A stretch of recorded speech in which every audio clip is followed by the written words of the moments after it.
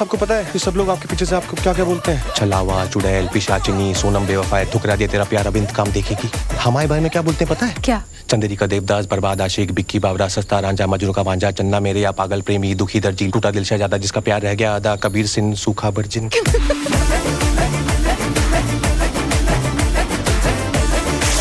चंदेरी पे ने एक बार फिर से आफतान पड़ी है।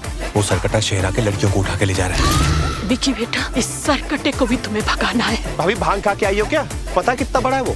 जब बच्चन के ऊपर आमिर खान लगा लो तो भी कमर तक ही आएंगे उसके।